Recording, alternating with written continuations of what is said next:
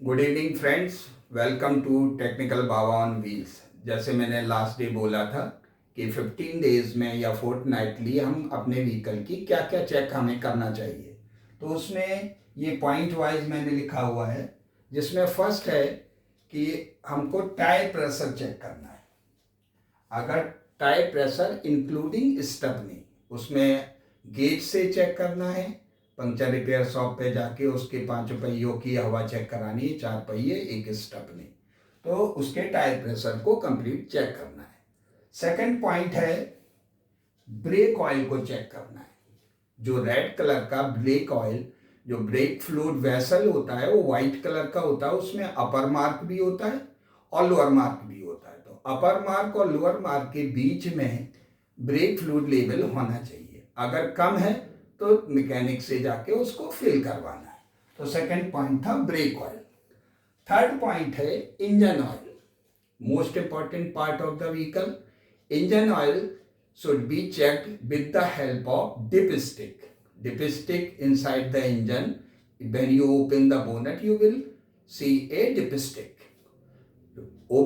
Remove the dipstick, wipe out with the cloth, because if you measure directly, the express oil is stuck with the dipstick, so that will give a false reading.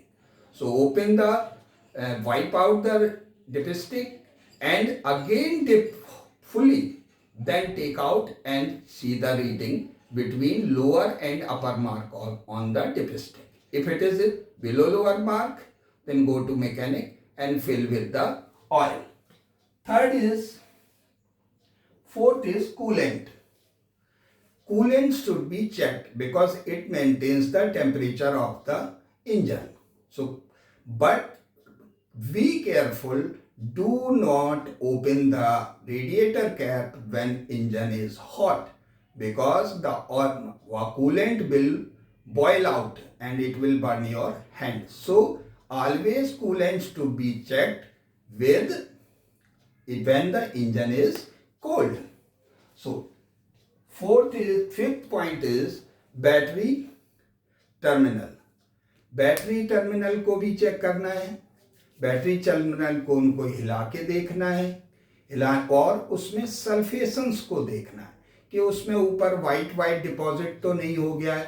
अगर थोड़ा बहुत है तो उसको कपड़े से पोंछ देना है, और अगर ज़्यादा है तो उसको थोड़ा सा मिस्त्री के पास जाके मैकेनिक से उसको दोबारा टाइट भी कराना है।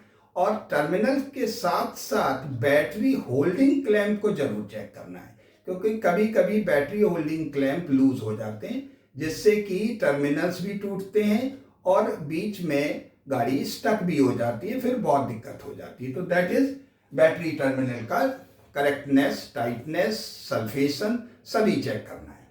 सिक्स्थ पॉइंट है, जब हमको जरूरत होती है तो हम वाइपर चलाते हैं और जो वाटर स्प्रे होता है, तो 15 दिन में हमें एक बार वाइपर वाली बॉटल को भी चेक कर लेना चाहिए। अगर उसमें पानी कम है तो उसमें पानी डाल दें।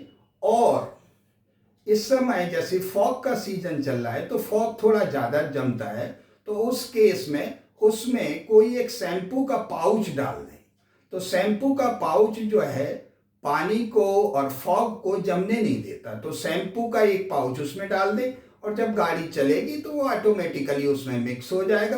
तो जब भी आप वाइपर चलाएंगे इन केस ऑफ नीड, तो वो फॉग को भी रिमूव करेगा और उसको दोबारा जमने नहीं देगा। तो वो उसमें एक शैम्पू का पाउच जरूर डाल लेना, और 1-2 पाउच अगर हो सके तो गाड़ी के बोर्ड में रख लेना है, अंदर रख लेना है। 7th पॉइंट है functionality of all lights to be checked. 15 दिन में वाइपर की फंक्शनैलिटी चेक करना है, ऑल लाइट्स को चेक करना है, brake lights, headlight, dipper light, all lights to be checked. Thank you very much. Please subscribe. You have liked the video. Thank you very much.